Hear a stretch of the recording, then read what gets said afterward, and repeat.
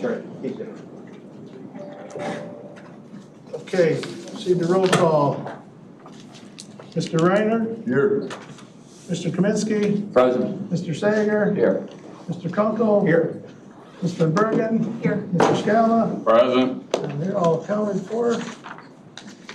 Okay, do I have a, I'll move to approve the minutes. Second. Mr. Scalar moves, Mr. Sager seconds, all those in favor? Aye. We, Carries, okay, we're a little smart, guys. Okay, public comments. I have to speak, James Eklund. Here. You're gonna come on up and to the front here and you can speak. We're limited to 3 minutes. All right. Hello, good morning. I'm here to discuss the roads in the area where I live in Spring Grove. It's a subdivision of around 64 houses, and the gravel roads that we drive on are in horrible condition. About 3 years ago, we did have a part of it paved, and it's made great improvement. It's increased people's ability to get in and out of their houses. And I'm here just to ask what the status would be, if there's any ability to extend those roads so that the people living there can get in and out safely. So this is the Nippersink Estates area. And I don't know what the awareness is of the condition of our roads, but they're just absolutely horrible. And I don't understand why, with all the money available through both either taxes, road funding, the infrastructure bill that is offering some money, I would really like for the board to consider looking at our subdivision and extending the pavement of the roads. Okay, thank you. You're very welcome. Okay, next one up to speak is Carol Frank.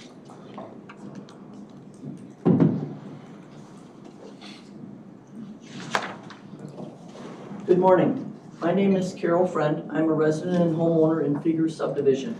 Our subdivision in McHenry Township was blindsided in early June when the county kicked us out of the MFT program.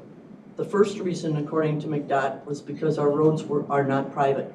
Supposedly, the roads are under the jurisdiction of the city of McHenry and McHenry Township. The 1895 plat of survey was cited as evidence. McDOT asserts the roads are public despite the fact the plat does not indicate whether the roads are private or public. Since the inception of the subdivision, Figure's homeowners have always paid for road maintenance and snow plowing. In order to have a more equitable and organized system for road maintenance, since we alone were financially responsible, the homeowners in 1981 formed a not-for-profit corporation, Figure's Subdivision Road Improvement Association, registered with the state of Illinois. If there was a governmental jurisdiction responsible for our roads, as asserted by McDOT, why would we have formed a corporation to maintain the roads? Where have these governmental entities been for the last 129 years? Why have we been footing the bills? The second reason cited was a statute which states, quote, any such road improved becomes by operation of law a part of the township and district road system, unquote. However, the statute continues, quote, providing such road meets standards as established by the county, unquote. The roads and Figures have not ever been accepted by McHenry Township because the roads do not meet the standards of the township. The roads do not even meet the standards of the county. McHenry Township has told McDOT the roads and Figures are not and have never been accepted by the Township Road District. Prior to the June email received by McHenry Township, there was not a hint that subdivision eligibility was being questioned. Why were we not notified? There was no opportunity to rebut or clarify information. To add more insult, the notification came after the start of the 2024 program. Why at the last minute, and why especially after the start date for the 2024 program? We appreciate the financial assistance received through MFT funds. It has been very helpful in keeping the roads in safe and drivable conditions. The majority of our homeowners are seniors living on a fixed income. to bring the roads up to the required specifications in order to be included in the township would create an untenable financial strain for many of us. We respectfully request that the status of roads in Figure subdivision be reevaluated and returned to their correct status as private, and that in 2025, we are again able to participate in the MFT program. Thank you for listening. Thank you. Okay, Rocky Palmer is next. Morning, everyone. I'm going to start with what the great Lou Hall said. Speaking is easy. If you just talk to me, you got something to say. But what I'm here today for is just to, I live on Woodlawn Park in McHenry, and we found out a short time ago that part of our road is public, part of our road is not public. The end part of it is not public, and now we aren't getting our funds like we were that we pay into with gas tax. And also, I'd like to see our road taken over by the township. I think the township does a great job. If there's extra money, that's what I'd like to see. Thank you very much for your time. Thank you. Okay, I didn't have anyone else marked to speak. Did I miss anybody? Jim? I did sign up, sorry, apologize for that. Just a couple of quick things. First, some of us were at the last meeting and we requested that, or we talked before the meeting in the public comments, and at that time, the acting chair actually added us to the agenda for this meeting. And come to find out that we were taken off of the agenda, which is very disappointing, number one. Number two, I don't believe we ever even got notice. I mean, we're a government agency, we're supposed to be working together. It would have been nice to get some sort of a message that says, hey, you're not gonna be on the agenda, and why, okay? So I just encourage you to do that in the future. Disappointing. Two, I wanted to touch on Figure subdivision, and just to point out the ramifications of your decision of eliminating them. Figures is one of the Figures in the Park Street Association. They're two of the most efficient associations. They've got their contractor lined up. They know what patching they're doing long before the paperwork is ready for McDOT, or to approve, to submit to McDOT and get approvals and move through their process. They've been doing it routinely year after year after year. They've got their contractor lined up, they've got their pricing lined up, they know what they're doing. And we received no notification, we did receive notification on some of the subdivisions that you were questioning whether private or not, or private or public. We never received anything from them. They proceeded with submitting the paperwork. We never received responses on whether they were private or public. And they spent the money because they have their routine that they go through. And as a result, we've got a Figure subdivision of over $17,000, which is money that we had allotted for them because that was the program. And for Park Street, we've got $8,800. So we've got over 26 grand in funds that were expended, that were routinely expended in the same process. And we didn't have any anticipation that you would remove them from the program. So if there's any way to help to take care of that, that'd be a wonderful thing. It's unfortunate that we didn't receive some notification. There's been no back and forth. We've tried to communicate with you. We've met with you. We've shared our legal counsel's opinion on it. We've never really received any feedback other than, no, we've made a decision not to include you. Or those roads. And no feedback, at least I don't recall. Maybe I'm wrong, maybe I'm incorrect. But we haven't heard anything from the county other than to say, no, you're not included. I don't think that's the appropriate way to work. The first gentleman that stepped up was from Nippersink subdivision. That's a good example of a subdivision that was not dedicated. You looked at it and the subdivision was done. My 3 minutes are up. I'll give you one more minute, Jim, Okay, just so you can finish your thought. Sure. Nippersink subdivision was a subdivision that was recorded years ago, was recorded in 7 phases, I think. Your interpretation of it being public or non-public was based on the plats saying, all 6 of the plats, the previous, I think it was 6, but whatever the number, said private road. They were all labeled as private road. The very last subdivision, phase of the subdivision, was a small cul-de-sac at the very end, in the very back of the subdivision. They just labeled that road as road instead of private road, if I recall correctly. And that's how you made a determination to say that that is a public road. When you have to drive through the whole subdivision to get to it, but that's the section that's public road. That makes no sense, in my opinion, okay? So, and the other thing I want to touch base on was the things that we're trying to do to try to solve these problems, and with the county, not trying to, just trying to solve the problems, is the Nipper subdivision. What they were pointing out was, we did some paving using road and bridge funds last year, or 2 years ago. We were allowed to use road and bridge funds, so we were able to pave some of it. And then we used the MFT funds, because they're not paved roads, to get the gravel down and to do some of the maintenance that we needed to do out there. You're removing those things from the program to be able to bring these roads up to speed to be able to be taken over. So it'd be really nice if we can, instead of working against each other, work together, is the best thing that I can say there. So thanks for your time. All right, thank you, Jim. Did I miss anyone? Okay, come on up. State your name, Name please. is Ralph Schwartziger. I'm in one east side of Wonder Lake in McHenry Township. Our subdivision has had private roads ever since I've been there for 32 years.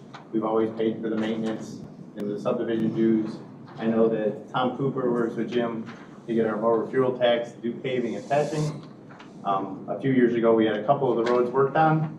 We still have 2 large roads that need work, and all of a sudden everything's pulled out from underneath us. So we're just curious as to how come we also can't be included along with all these other people that have the needs that have put into the program.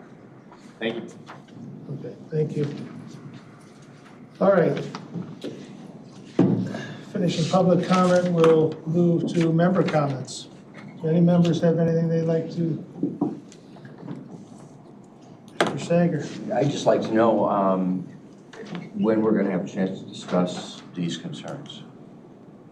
I think I'll have a discussion with a couple of you and after the meeting, and we'll just kind of decide where we want to go with this in the future. Okay, I just want. I don't know yet.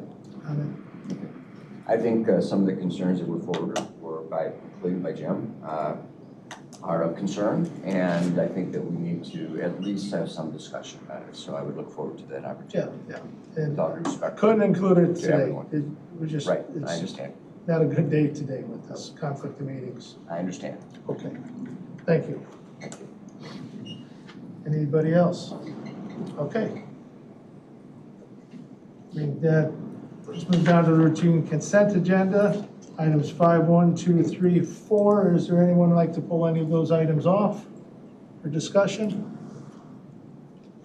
If not. I'll make a motion to approve the consent agenda as presented. Okay, and Mr. Kaminsky seconds. So Mr. Scala moves, Kaminsky seconds. Any more discussion last minute? Okay, proceed to vote. Mr. Scala, Yes. Mr. Kaminsky. Yes. Mr. Kunkel. Yes. Mr. Reiner. Yes. Mr. Sager. Yes. Ms. Van Bergen. Yes. And I'll vote yes. Consent agenda passed. New business, MCRide fare structure update. So Assistant Director Hennings will give an update on the fare structure, and this is all, I don't want to steal all his thunder, but as we prepare and to work with PACE to bring forward the fiscal year 25 contract. Perfect timing, Jazz. Just come right in.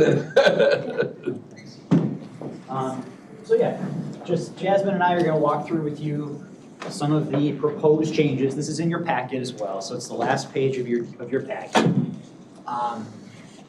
And again, this is just for our Dial-A-Ride program. So it's for the bus program. It's not for the MCRide Connect program. I know we've got 2 programs now, MCRide and MCRide Connect. I didn't want you guys to get confused about which one we're talking about. So if it's okay, I'll have Jasmine first give kind of an overview of our fare structure today, and then we'll kind of talk, Jasmine can talk a little bit about some of the changes we want to propose to build into the FY25 contract with base. So do you want to just go through what we got today? Yeah, of course. So our current fare structure, we do ask the full fare of $4 for the general public. That could be anybody wanting to use MCRide, so they don't need to be a county resident. They typically are not a senior and they don't have a disability. Our reduced fare is $2 for seniors who are 60 and older and individuals with a disability. So we currently have a pretty informal process to verify seniors or those with a disability. So if they're a first-time rider, they'll call our call center. That call taker will ask their age, and then they have the option of whether or not they'd like to disclose if they have a disability. If they say yes, that'll give them access to the reduced fare. What we're proposing is implementing the use of RTA permits. So because there's a variety of RTA cards, which include a reduced fare, a free fare, or ride free, excuse me, and then Access Pilot, which is a variation of the reduced fare permit card. So with that second proposal of the fare structure, again, we would still have the general public of $4, and then riders would be able to access those RTA permit benefits. So if they have a reduced fare card, that would give them access to the $2 free, reduced fare. If they have an Access Pilot card, the $2. And then if they have a ride-free card, then that would be the $0. But importantly, you know, whereas today our program is just self-reported, you tell the call taker I have a disability, I get the reduced fare. Or you tell the call taker you're 62, you get the reduced fare. Going forward, we want to have people show or verify that they have the RTA reduced fare, ride-free, or Access Pilot card from the RTA. That's their eligibility verification, right? So it is going to involve some people having to go through the process to get registered for the reduced fare, the ride-free, or the Access Pilot program card, which isn't hard. I mean, it's a pretty painless process to get the reduced fare card. You can do it online, you can go into township halls to get it done, but there is we're asking people to go through one more step to get registered with the RTA. And importantly, you know, what's great about the RTA reduced fare and ride-free card is if you have that card, you then can use our MCRide Connect program. So that card is the linchpin that opens access to our Uber subsidy program that we have. Without that RTA card, you can't ride the Uber subsidy program. So Jasmine and I are really trying to push people towards getting registered, and this is a little nudge that folks would have to go through the process to get registered. The big difference, I guess, if I had to summarize what's the biggest change from status quo to what we're proposing, is what we're proposing is that folks that have the ride-free card through the RTA, which, by the way, if you have a ride-free card, you get free Metro rides, you get free CTA rides, and free PACE bus, fixed route bus rides. What we're proposing here is that your base fare on our program would be free for those people that have that free ride card from the RTA. So that is a new fare type that we would be starting. Because again, currently we just have full fare or half fare. We don't have a free ride option for folks. This would allow folks that have gone through the process to get registered with the ride-free card, which, just not to get too detailed, but in order to get the ride-free card, you need to be either a senior or disabled and be below a certain income threshold, which I forget what that is. It's probably somewhere near the poverty line, right? So if you're below that income threshold and you're a senior or disabled, you can get registered for the ride-free card. So these are very needy folks who need transit and often can't afford to pay full fare or even any fare, and that's why they have the card. We would just say that card now is eligible to be used on our program, as well as all the other suite of transit services that are out there today. So that's in a nutshell sort of what we're thinking. We figured there'd be some questions, but what we're looking for from the committee today with limited time that we have is just some direction for Jasmine that she can then use to either move in this direction with our 2025 contract or keep things status quo as they are today. That's really what we're looking for from the committee. Okay, Mr. Scala. So Do you have any data as to what that change would be as far as numbers of riders, meaning not only, I would say, lost revenue in a sense, but also increased ridership because of that new policy or a new position? We don't have exact numbers, but what we do know is that since the increase of fare that we implemented on January 1st of this year, I believed we've lost about 5% of our total riders compared to this time last year. We don't have exact reasons. We can just make assumptions based off of maybe the cost increase. So nothing exactly right now, but ultimately our goal is to make this as affordable and as accessible to as many people in the county as possible. But as you know, we develop this further, I'd be happy to look into it. Our riders are very cost conscious, right? We know that. There's a lot of, I wouldn't say all of them, but I'd say the majority of our riders, if you're asking them to pay more fare, they're gonna ride less. There's no doubt about that. And if the fare were to go down, they theoretically could ride more. The one sort of caveat to that is we're sort of at capacity right now. So even if we made fare cheaper or free for some riders, it's not like they could automatically get more trips because we're kind of capped out with the number of trips we can give right now based on the number of paced drivers and buses available and all the things that go into our program. So fare is only one indication. Higher fare can reduce trips, but a lower fare, I don't know how much increase in trips we're going to see from this program. It's just going to make it more affordable for our riders that need it. That's all really what we're talking about. So it wouldn't be cost neutral then? It would not be cost neutral. Now I will say, our fare box recovery ratio on this program is 6%. Okay, so the riders pay about 6% of the cost. We would expect if we implement this change, if you all implement this change next year, that 6% fare box recovery might go down to 4 or 5%. Okay, so we would see some lost revenue, obviously. But we're talking in a $3 million program, we're only getting, I don't know how much we're getting in fare revenue. What is that, $150,000, $160,000 a year. We're not talking about huge sums of money here.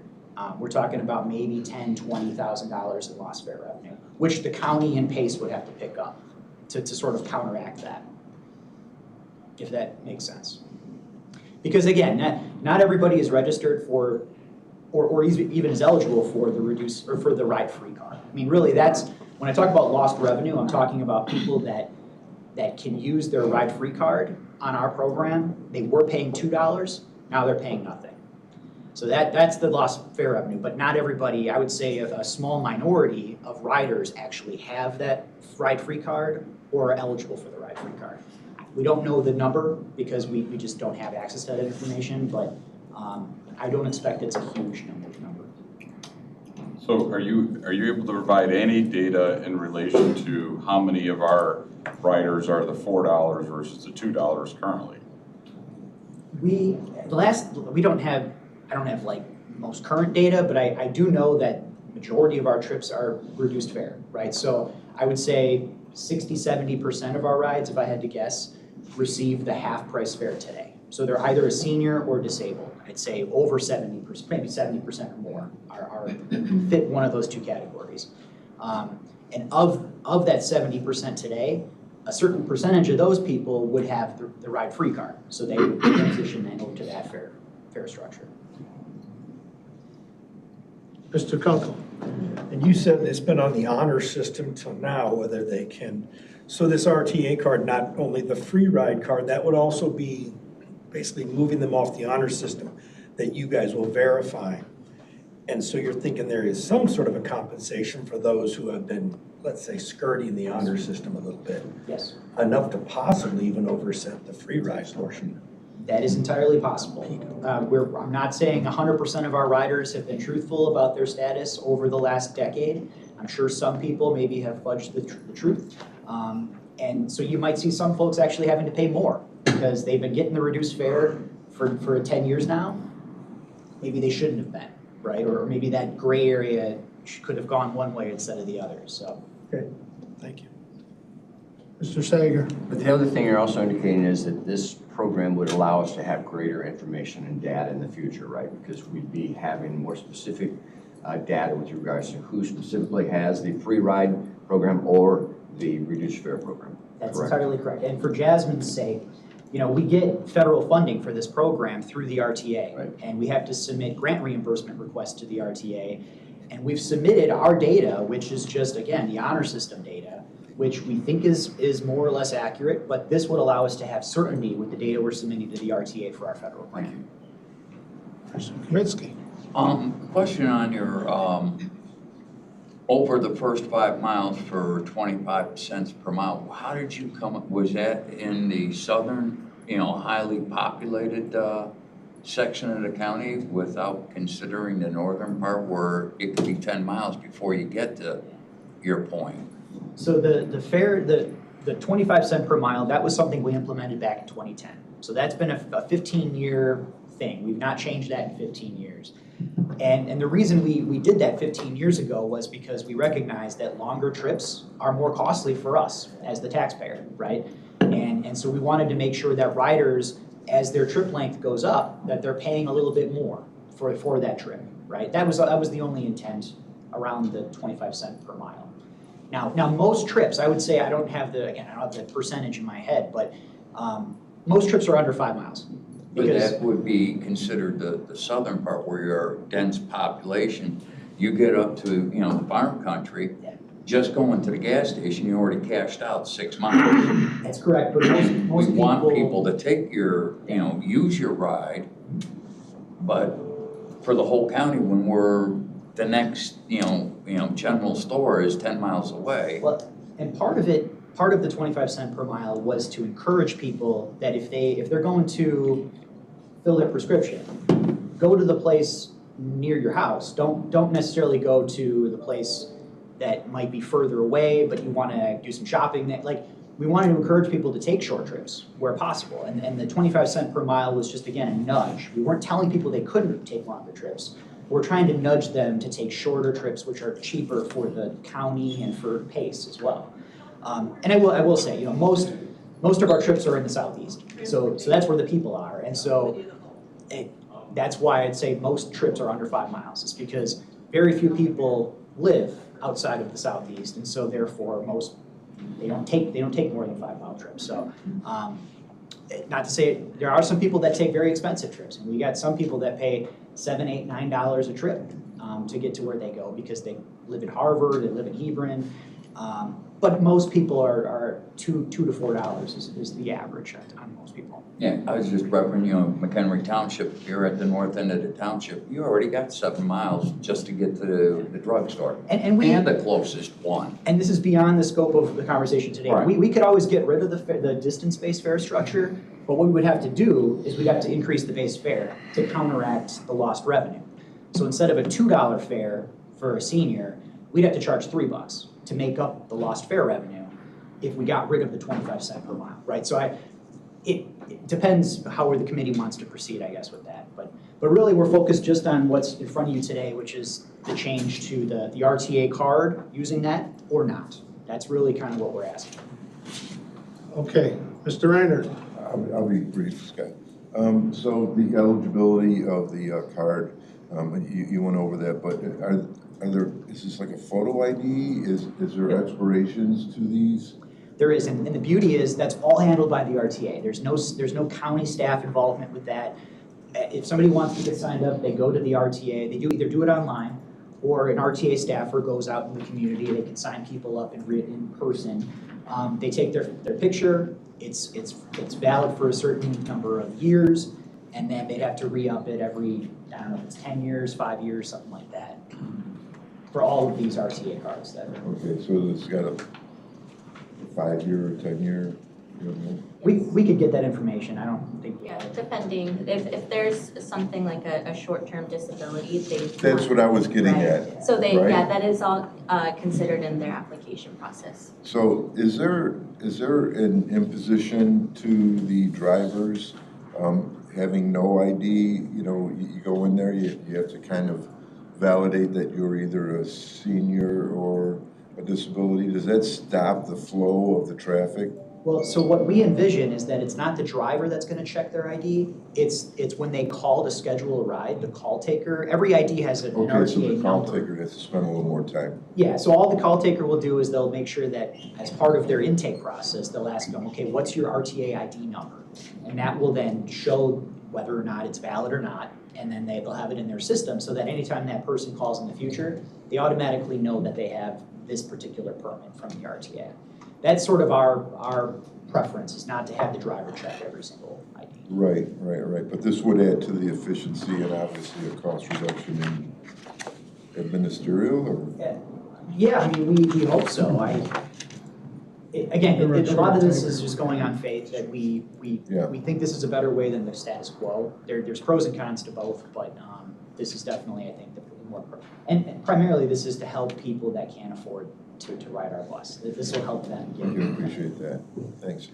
Okay, Mr. Sager, I'm gonna, one last question with Yeah, I don't Mr. have a question. Sager. I just want to make a comment, and that is that, the RTA has been faced with a lot of questions and a lot of concerns about multimodal access, and I think this is just helping to further that type of thing, so I'm in support of this effort.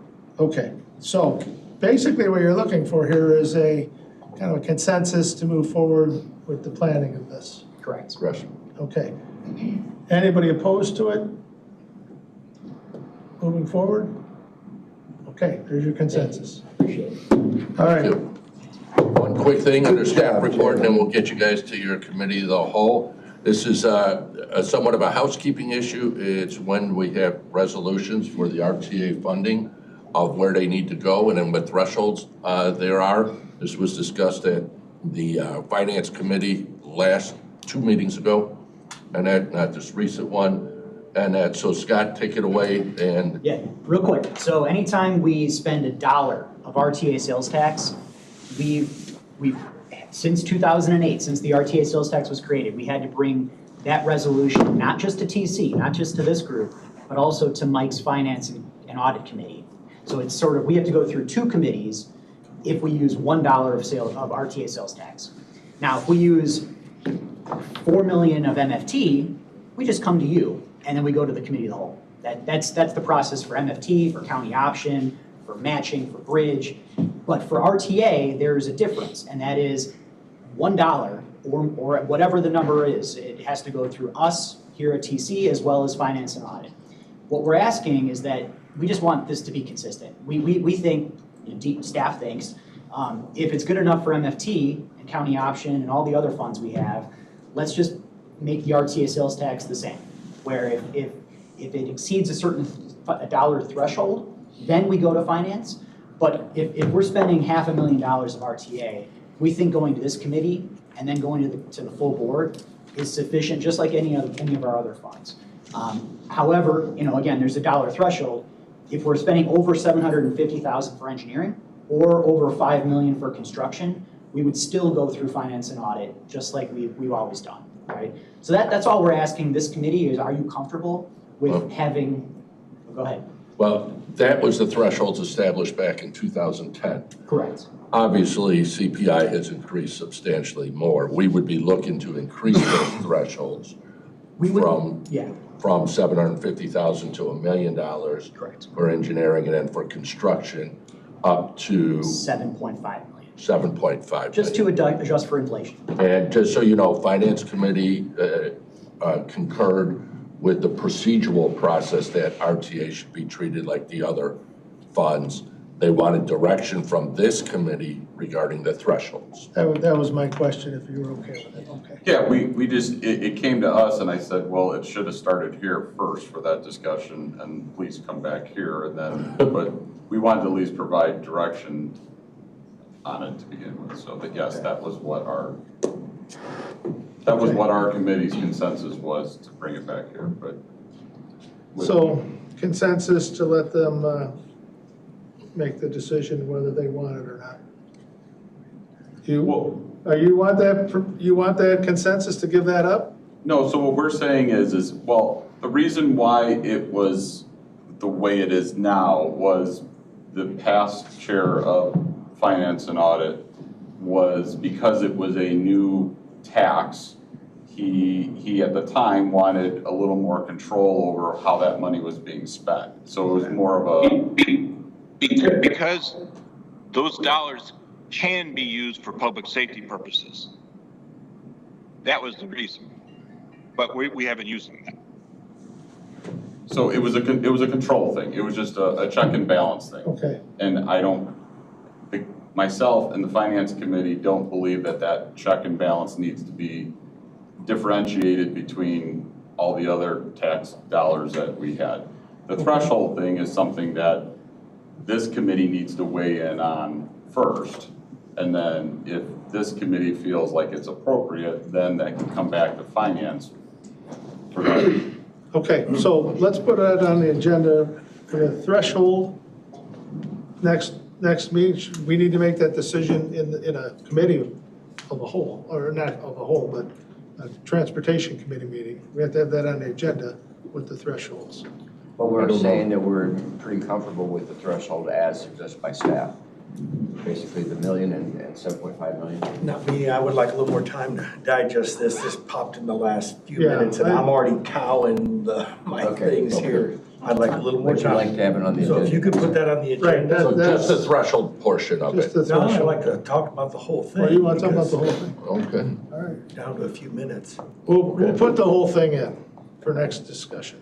Can I just recommend you put it in a resolution to codify what the decision is? Because that's gonna make it easier than trying to do a consensus. So I would, There you go. personally, I would rather have it in a resolution so that it's That's very good. clear and for the records as to what we're doing. Okay. Okay, sounds good.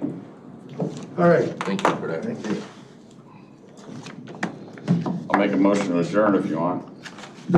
Okay. No executive session, so moved by Scala to adjourn. Kunkel seconds. All those in favor?